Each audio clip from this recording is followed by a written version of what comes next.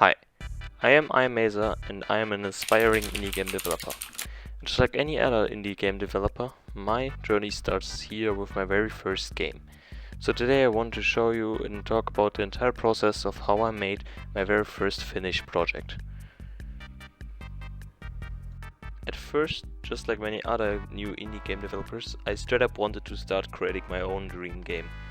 But after getting a little bit closer with the game dev community, I saw the overwhelming majority advising one single thing to newcomers: don't make your dream game first. Finish a few smaller projects and then tackle it.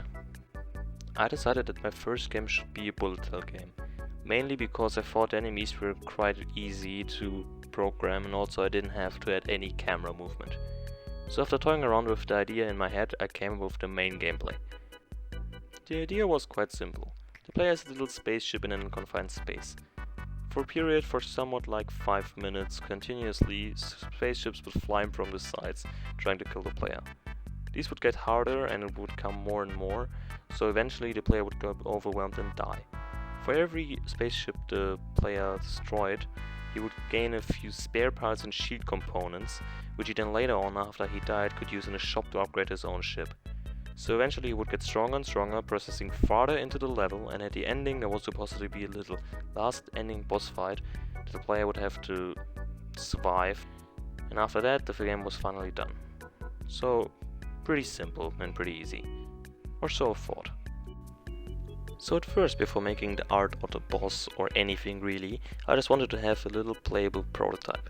So I added the character as a flying sphere, which a player could move with WASD, and he could shoot with left click or right click, and I added a few basic enemies. These enemies would just move across the screen, and this would be handled by a few basic patterns. So I made 8 or so of these patterns, and made a randomizer that would just play one of these every 10 seconds.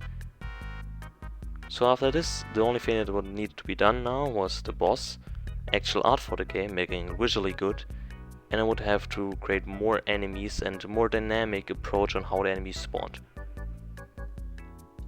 From this point on, it kind of all went downhill. After a bit of work and a lot of procrastination, I realized that I probably wasn't able to finish the game in the scope I hoped for.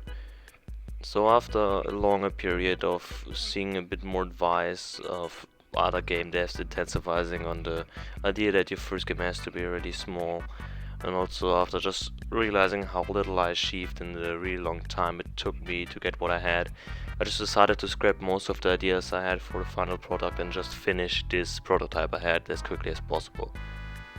So during this longer time period I made these few measures which I quickly implemented. I used this free tool to make a few nice sound effects for my game. I added a main menu and I also started undoing a lot of the mechanics I initially intended and now scrapped. After that, the only thing I really wanted to do was music, but after toying around in FL Studio for a bit I decided that this too was just a little bit too ambitious, so I just scrapped that idea and started to finalize my product. I finalized my game and published it on itch.io last Friday. Overall, I'm pretty proud of myself on how far this game has come, even though the end result is rather disappointing. What I've taken from this is mainly that I just need to be a little bit more careful about the scope of my game and not to overstate myself. So now I will turn my attention to a new project, and maybe in the near future I might give an update to my first game. This is all I have to say for today. I hope it was interesting to see a perspective not from just another big game dev YouTuber, but the small new beginner. Thank you for watching this, I hope it was entertaining, and I see you next time.